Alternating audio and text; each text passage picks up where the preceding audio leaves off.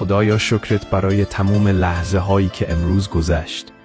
چه اونایی که دلمو آروم کردن، چه اونایی که دردم دادن ولی یادم دادن قوی تر باشم.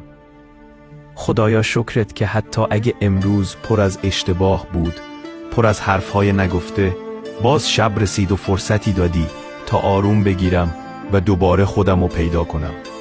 خدایا شکرت برای سقفی که امشب زیرش میخوابم، برای صدای سکوت شب، برای هوایی که هنوز توش نفس میکشم، برای چیزایی که خیلیا ندارن.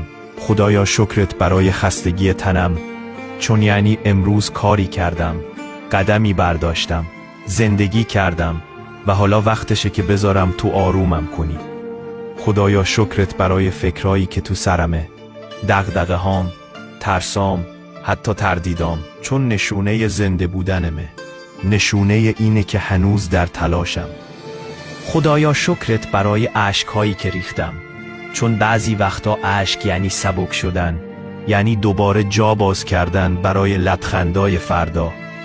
خدایا شکرت که حتی اگه خیلی چیزا اونجوری که میخواستم نشد، اما هنوز هستی که هر شب آرومم کنی و فردامو بسازی.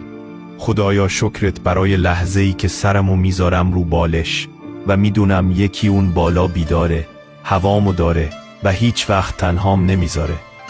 خدایا شکرت که اجازه دادی یه روز دیگه زندگی کنم، اشتباه کنم، یاد بگیرم و حالا با دل خسته ولی پر از امید شبمو بهت بسپرم.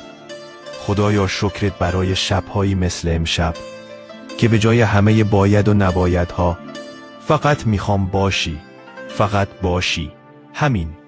این شکرگزاری شبانه رو برسون به دست 4 نفر از کسانی که برات عزیزن و با عشق بنویس خدایا شکرت که امشبم کنارمی.